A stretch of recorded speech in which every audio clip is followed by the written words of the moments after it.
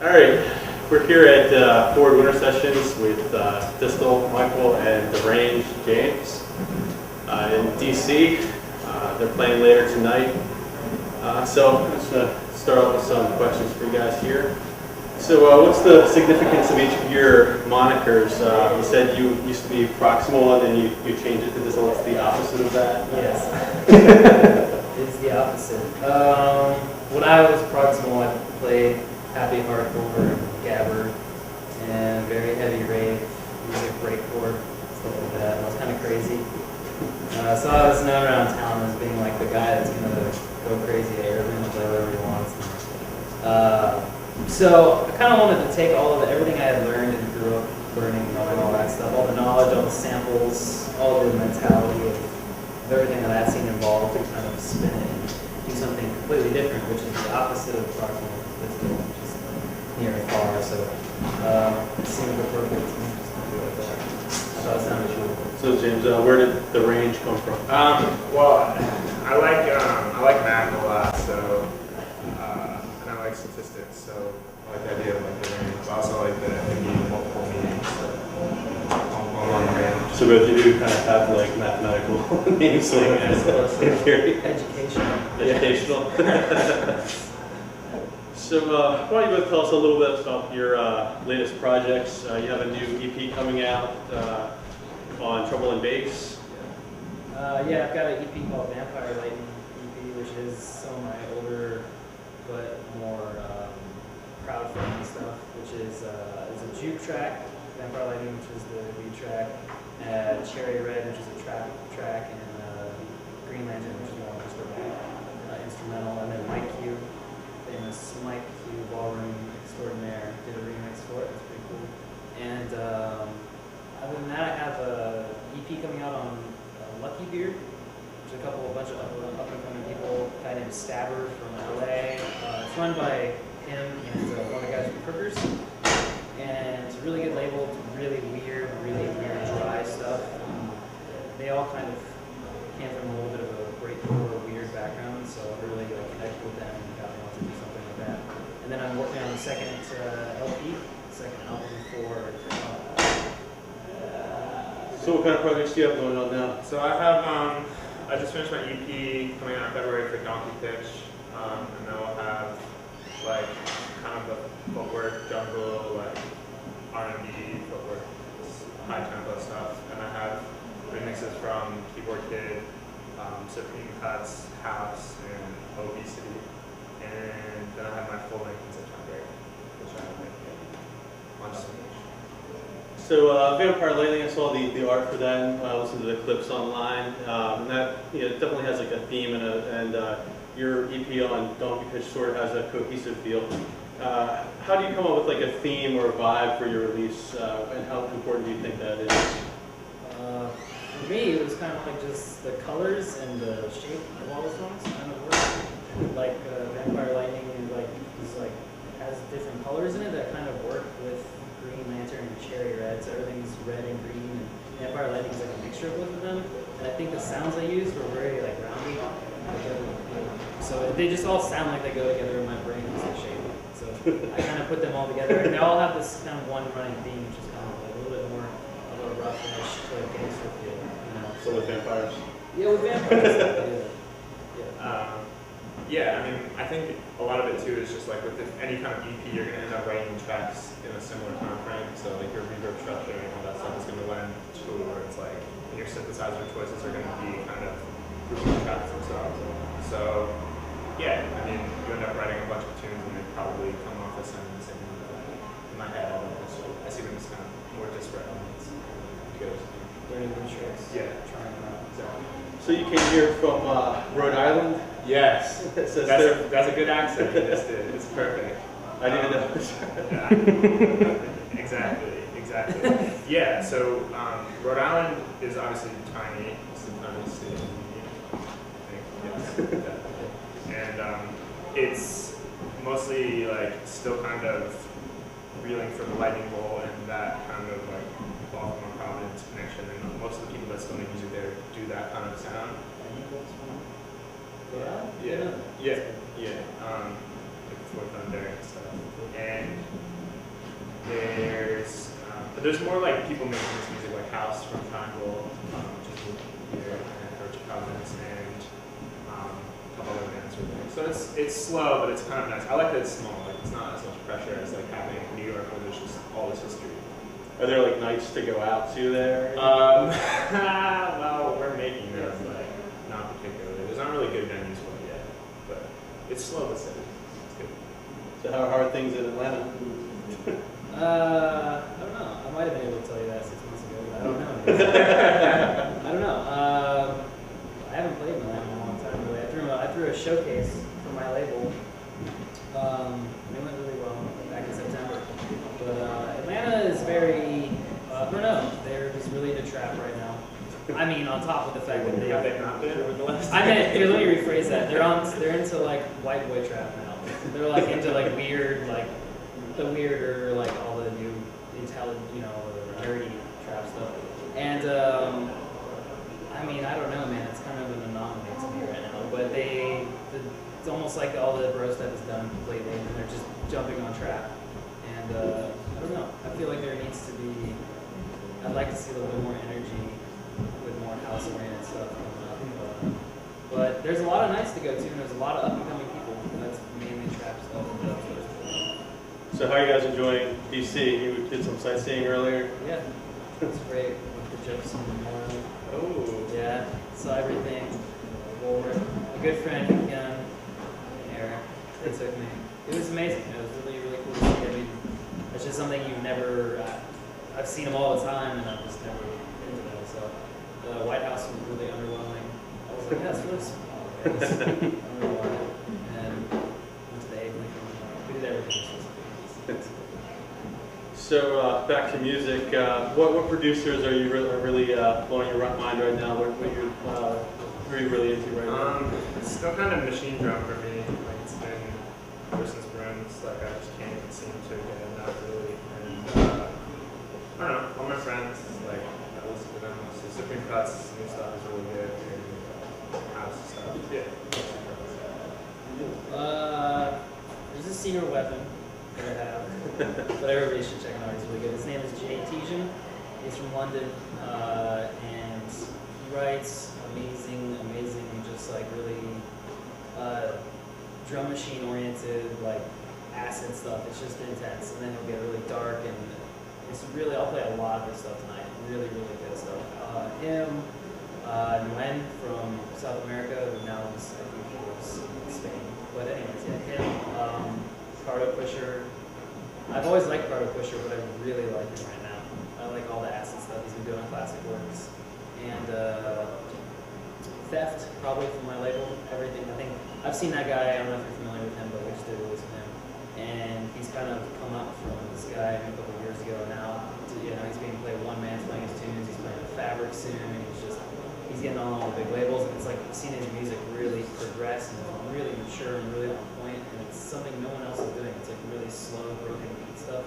But his stuff is so abstract. I don't know, these noises like come from 360 degrees when you hear his stuff. It's so different. It's so cool. So is there anybody that you haven't seen DJ perform that you'd really like to? Yeah, all the people I just named. Yeah, all the people I just named, I haven't seen any of them ever play. So. Like a lot of the old guys, like Square Pusher, Kill to See. Yeah, he was supposed to come here with the hurricane messed it up. Oh yeah, I mean, I just like that's definitely what like got me into electronic music. So probably did. I just heard like so many good things about his live show. Him sing really. Brian Eno. I'd love to see Brian. That'd be awesome. So outside of the scope of dance music, are there any bands that you're really into, or musicians in general that you like, that you're listening to, that or maybe even influence you a little bit? Yeah, I do like some other stuff besides dance music too, but I really only do it a couple times a year, and I like really minimal guitar stuff. So I'm really influenced by like Mogwai, David Paco, Ariel M. Just really minimal guitar music is really good for me. I like a lot of old country too. I listen to a lot of like Patsy Cline and like Conway Twitty, Loretta Lynn. I love stuff like that. It inspires me in a different way and just gets me in a different mood. And so when I listen to that, I'm able to do like the guitar stuff. Yeah, like, I mean, I guess like just the old stuff I was into when they were like POD, unfortunately, Little Linkin Park, you know. But just for the energy, like I like the harmonic structure. But I don't know, I think like more or less like I just spent so much time making music that it's harder to listening to stuff outside of it. Being touring DJs from all the events you've gone to and been booked at, do you have any tips for promoters? Yeah. Oh, that's Not for here. Yeah, no. I think just general like the more clarity you can give, the better. Just as far as like information. Because too many times I've just shown up and like not been particularly prepared for what's gonna happen and set times and all that stuff. So just like being open and on point before we get there. The different organizations.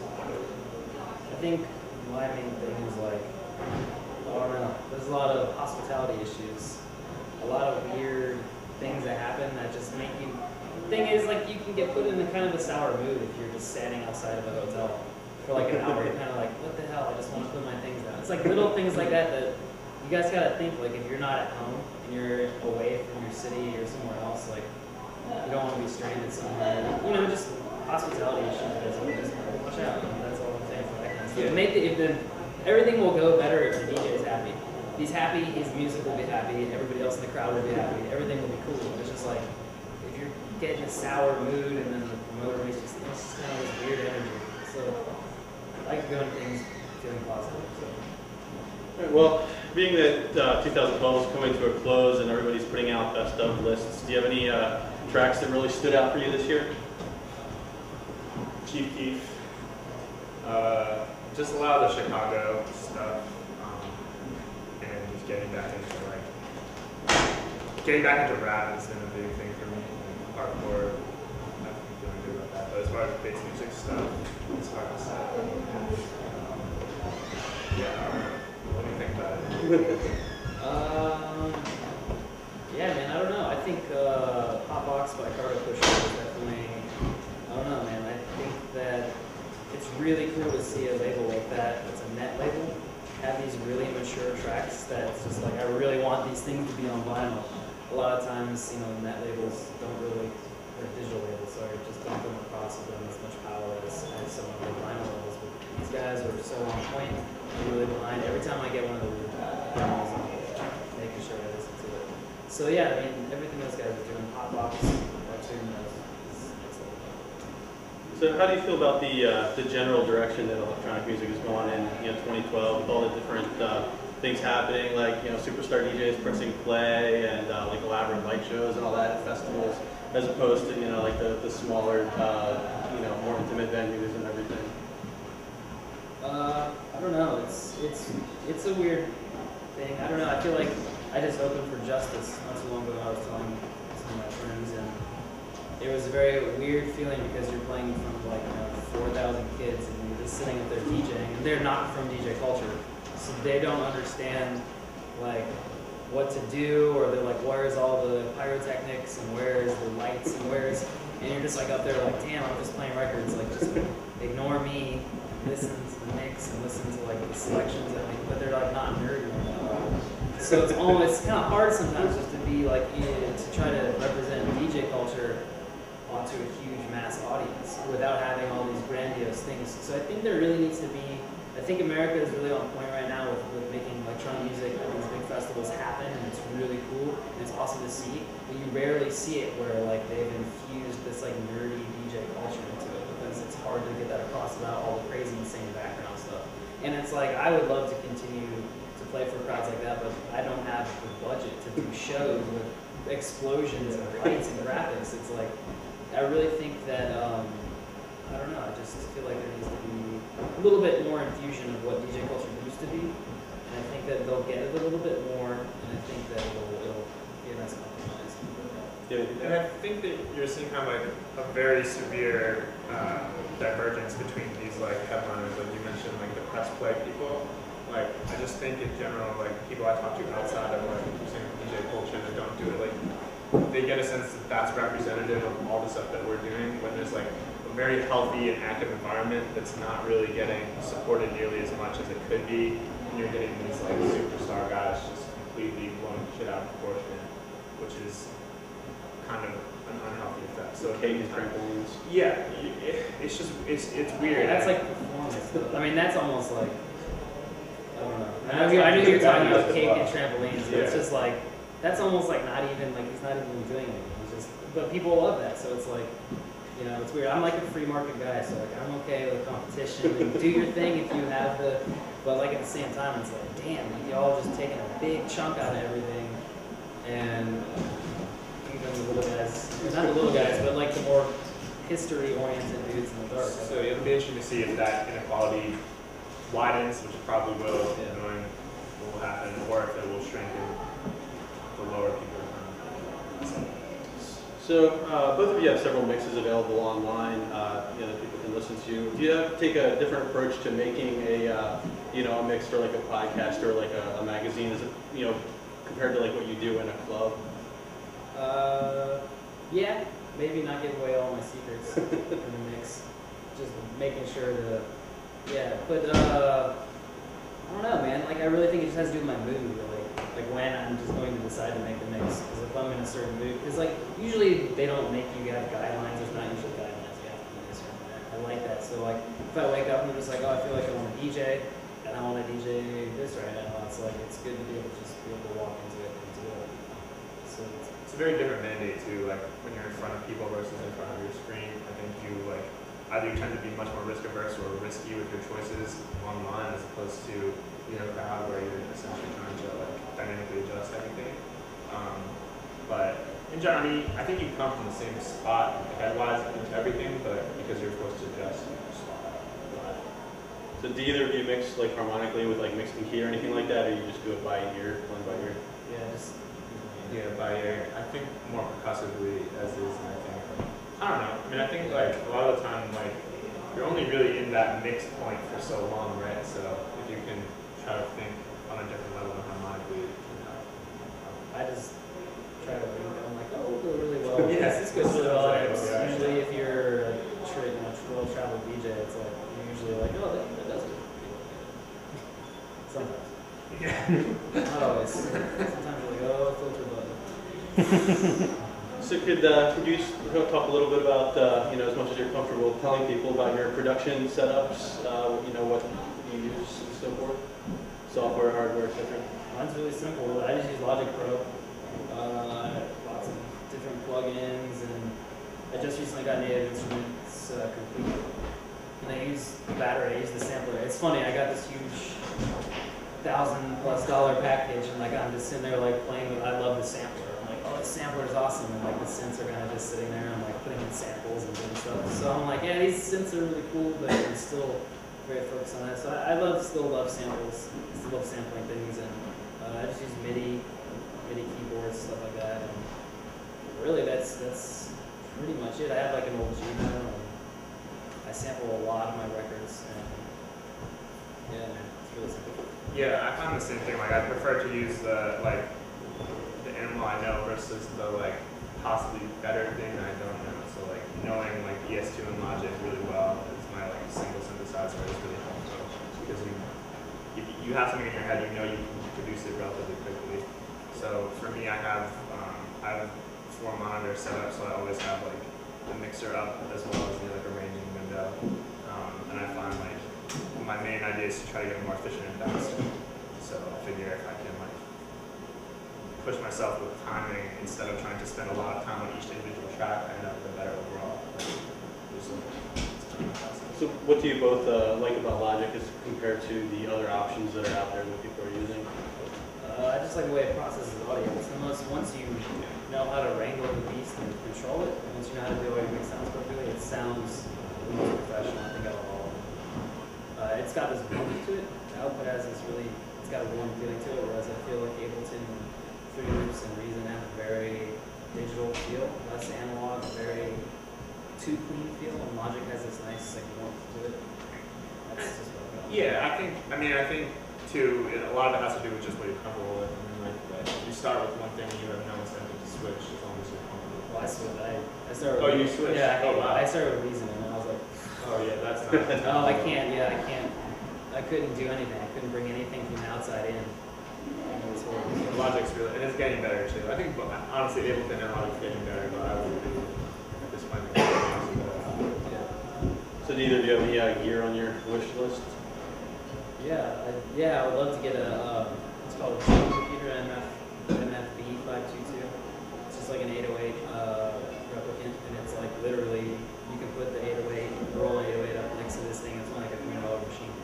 I want to get it, but I put all my money in the data machine. But it's like literally, the sound there, it's crazy how they replicated it. And they have a 503, which is like a 909 replica of it. But I would love those for Christmas. If anybody's out there. I'll send you for mine. I think, honestly, I think the best piece of gear is definitely just upgrading your computer, to be honest with you. But if I had to get one piece of gear, just any kind of upward compressor. But other than that, I just think that the computers now with the processing power, you're better off sticking with that than gear. So how do you both approach mastering tunes? Do you do a lot of like pre-mastering yourselves, and how do you decide when it's ready to throw over the fence, so to speak? I try to give enough headroom, but not a lot. I try to give, because like usually if I'm really confident in the mix, which I think at this point like I'm pretty confident in how my stuff sounds, so I give the mastering engineer just enough room to make it polished, but not enough to polish off the color of the car. It's like just enough room. It's like a trick I learned from Hive, drum and bass guy, because he once said, it's your tune, you made it sound the way you wanted to for a reason. So only give the mastering engineers just enough room. And so I've always kind of stuck to that, and I never really had ran into a problem with it. But yeah, I just remix it. I just bring all the levels down and remix it basically, and leave just a little bit headroom. Pretty simple process. Yeah, the same. I usually try to get like maybe 3, and I'll do some like mid-side encoding if I want like to just widen it up before I send it to the master engineer. But more or less, like they'll do the job appropriately. You really don't want them to touch it too much. You just want them to make it sound good and line up and have your songs included. So the theme of this year's Ford Festival is balance. When it comes to like the production and mastering of your music, how do you feel that like balance comes into that? Do you think that, I mean, when you talk about like the pre-mastering that you do, do you do like a lot of like subtractive EQing to get all your sounds polished, to get them to sit well in the mix? No, that's something I do while I'm working. I like to, I'm kind of like, once I get a solid loop and I know it's good, I'm like, okay, now I'm going to make it sound even better. So once I get that solid loop and I get the dirty part out of the way, I make it clean, and then I go forward, and then it's just a little step at each level. So by the time I'm ready to do the pre-master, it's usually literally just like bring down the levels and start remixing it. So, like I don't subtract an EQ a lot, except for like because when I first started, I subtracted the EQ so much that it was like, what's wrong here? Why doesn't this sound normal? It's because like I was taking out too many frequencies. I was like really overdoing it. So now I just cut out the ones that are gonna conflict, and that's it. Just the low end pretty much. Yeah, and I try to think like I want to make sure at any given time slice I'm making sure that different like the low, mids, and highs will change and oscillate over time as far as like focus of the tune. So as far as like you've got your time slice, but then making sure that you're making a nice arc, like imagining this like the frequency bands as pieces of the score as well. And so just making sure everything is fitting in a notch at every time step. Obviously you can't do that too much, but do you think that there's like any mastering houses that stand out, that do like a better job than others, that give a better polish? dub plates and mastering, I think. I use Subvert. I've used them since day one for my label, and I know that 70% of people I deal with use Bob Mack at Subvert mastering. he knows. Everybody knows that guy. He's really good. I'm sure he's loaded now. Damn, he gets a lot of business. So how do you view your workflow? Do you have one method you stick to, or does it change from track to track? Or no. I mean, I usually just am really, really picky with samples, so I just kind of, or sounds when I'm sculpting a synth, like I'll just make sure I have like one thing that usually sticks out really, really well, and it'll be like some weird sound, and I'm like, oh man, and I'll just take it and go to town on that one sample. Rarely do I ever just start with a beat. I don't really like doing that. I like to hear something and then see where that sound is, and then beat over to the beat. So I start with weird sounds. Yeah, I think also it's just important to not be like, I think a lot of guys like they'll start with sample always, and then they're like, they're never gonna remove that sample even if the tune is not working. And so just making sure that you're not afraid to just wipe over your stuff and change and evolve. Sounds like That's crap just automatically. The first 30 seconds, you're like, just move on, who cares? And not being afraid to delete sections and just be very vicious with your own stuff. I also have a new method. I take a vocal track and I'll just like blindly cut a million different places, Good, yeah. and throw it into a sampler or load it on a keyboard and like and make weird patterns out of voices so that they become like the beat basically, but it's a voice. And make the beat. So are you more like into like sample manipulation and tweaking samples than say like, you know, making your own, like using subtractive synthesis, making your own sounds and sound design? Yeah, for sure. I mean, I'm sound design in the way that like I'm designing, like I'm taking it and making it something different. Right. So, but no, I think with pads, I really design pads. Like that's my favorite is design pads. But outside of that, like effects and stuff, I like to really just dig and more what I already have. I think it's just hard. I mean, you can get like, unless you're really good at it, it's hard to make a pad or a synth sound as organic or as like lively or human as you want it to be. And that's where kind of sampling is important to your work and making sure that you. So I think it's better to obviously have a mix of both styles, but sampling is important. It's balance. So what tips do you have for other producers as far as improving, you know, workflow and efficiency? I think, well, the one thing I notice a lot of times is because everyone tends to be working on laptops, like they're not, every digital audio workstation comes with a whole host of different windows. So like, for example, having your mixer window open and just like, I just find like, it's better to make more songs than less. And people just get so caught up, and I think if you can find these little hacks to like make yourself faster, you end up also getting better at your work. So making sure that you're viewing your work from multiple angles, so you don't get stuck, bouncing things a lot, listening to them outside your environment is huge. Making yourself go on walks, just to make sure that you're not stuck in the room. So, do either of you have like a favorite classic sound, like an 808 kick, a 303 slide, or a 101 stab, or anything like that? No. Sorry. That's not an 808, the cowbell. I've had people complain about my use of the cowbells. They tell me I overuse the cowbell. You can write a cowbell sentence, pitch it all around. I do. I love the cowbell. It's like my favorite. It's like you can use it for anything. It's like the best transition too. Just and it's the next part. It's like that's how good it is. It's great. So with all these options available, you know, why do you think these particular sounds, like from these machines in the early 80s, you know, have just been, you know, used and used again? Like, why do people love them so much? Wow. Because they create order and chaos. That's what I think. There's so many options. These things are very rigid and very focused already. They're very robotic. There is a limited amount of things that you can do, and it's like it drives through the track, and there's all this other crazy crap going on, but there's one constant. It's like, so balance. And it's like something familiar. Yeah, like you hear that. Yeah, it's like it's something comfortable, you know, for people instead of these weird percussive. And I think like it's definitely like chicken and the egg problem, right? Because people started using them because they're the only options, and now they don't have an ear for it, and they essentially won the competition for people's attention. And it's fun to work in a box. Like, so you have an 808, and now you have to make something crazy out of it. And so, you're given these 8 different brushes, and you have to paint this amazing, painting. And you're just like, okay, so now it's like a battle. Who can make the weirdest thing out of this, like, only these 8 brushes? So, yeah, it's cool. Like, people like Helix, like, drum track and Stax Rhythm. It's like, that's basically just an 808, and that's it. And one, like, funk stab, and that's it. But he's made a whole track that gets stuck in my head. And I'm thinking, this all it is a drum pattern over and over, and like drum changes. And that's really cool, being inclusive like that. So how much of what a track is going to sound like do you have worked out in advance? Do you have a melody or a rhythm, and then you translate that, or do you let the track kind of like write itself? And how much what you start out with, does it completely end up with something different? Yeah, it can.